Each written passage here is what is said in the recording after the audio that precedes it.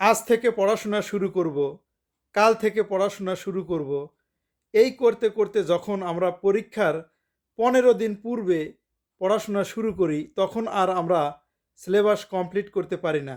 আর পরীক্ষায় রেজাল্ট খারাপ করে আমরা তখন বুঝতে পারি যে পরীক্ষার পূর্বের 1 বছর সময় আমাদের জন্য কতটা গুরুত্বপূর্ণ ছিল। আসলে হয়েছে কি, আমাদের সিলেবাসের জন্য যে 1 বছর সময় প্রয়োজন, সেভাবেই আমাদের সময়টা নির্ধারণ করা হয়েছিল।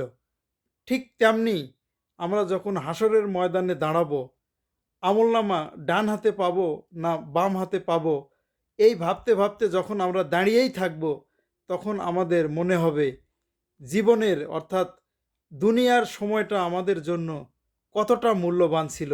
আমরা এই সময়টা কাজে লাগাতে পারিনি। তখন আমাদের আমলনামা হাতে পাওয়ার আগেই আফসোস হতে থাকবে। তাই বলছি ভাই, এখনও সময় আছে। আসুন আমরা সবাই ভালো হয়ে যাই।